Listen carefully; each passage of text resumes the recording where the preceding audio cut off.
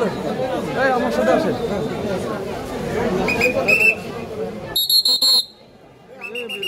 এত লম্বা আপনি আপনার কারো পাই না।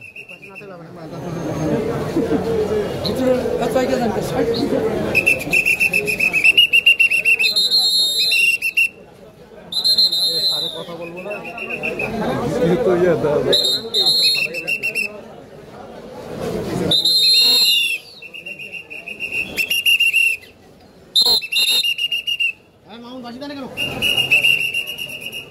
बिल्लाल भाई बासी देना है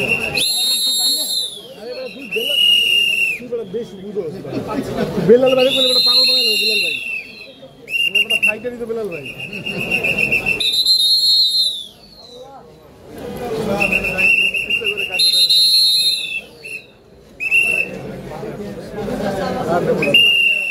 देखो गिरिला सर हाथ धरे नाम धरे साइड वीडियो ना সাবেক প্রধান বিচারপতি এবিএম খায়রুল হকের শাহবাগ থানায় দায়ের করা মামলা জাল-জালিয়াতি এবং যাত্রাবাড়ি থানার মামলা হত্যা মামলা দুটোই মহানগর দায়রা জজ আদালতে জামিন শুনানি ছিল। জামিনে অংশগ্রহণ করে শুনানিতে অংশগ্রহণ করে আদালতকে বলেছি যে আমি একজন সাধারণ সাবেক প্রধান বিচারপতির মামলা শুনানিতে এসে হৃদয়ে বড় রক্তক্ষরণ হচ্ছে। শাহবাগ থানার মামলাটি দায়ের করা হয়েছে সুদীর্ঘ 1 বছর আগে। এই 1 বছর পর্যন্ত অদ্যাবধি পুলিশ রিপোর্ট দাখিল করা হয়নি। এমনকি পুলিশের তদন্তের অগ্রগতি কতটুকু তাও আদালতকে জানানো হয়নি। কবে নাগাদ এই শুনানি হবে, কবে নাগাদ এই তদন্ত শেষ হবে তাও জানানো হয়নি আদালতকে।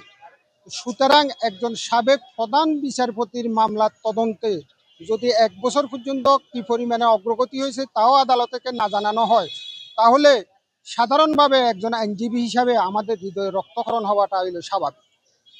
আমি আদালতকে বলেছি যে উনি একজন বয়োবৃদ্ধ মানুষ, শারীরিক অবস্থা খুবই অসুস্থ, যেহেতু এখনও পর্যন্ত পুলিশ রিপোর্ট দাখিল করা হয়নি, কবে নাগাদ দাখিল হবে তাও জানা হয় নাই, অন্তত পুলিশ রিপোর্ট দাখিল পর্যন্ত ওনাকে জামিনটা মঞ্জুর করা হোক।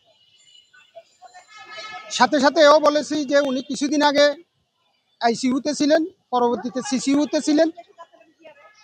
এখন শারীরিক অবস্থা কিছুটা উন্নতি হলে ওনাকে পুনরায় কারাগারে প্রেরণ করা হয়। ওনাকে বলেছি যে ওনার শারীরিক অবস্থা খুবই খারাপ, ওনাকে জামিনটা দেওয়া হোক, জামিনটা দিলে উনি অন্তত সুস্থ থাকবেন। আদালত রাষ্ট্রপক্ষ এটা বিরোধিতা করেছেন, বিরোধিতা করে ওনার জামিনের বিরোধিতা করেছেন, উভয় পক্ষকে শুনেছেন, শোনার পর যে আদালত দুটো মামলাতেই নামঞ্জুর করেছে। আমরা এই আদেশের এগেইনস্টে অতি সত্বর মহামান্য সুপ্রিম কোর্টের হাইকোর্ট বিভাগে আমরা যাব। আমরা আশা করি যে ওখানে ন্যায় বিচার পাবো।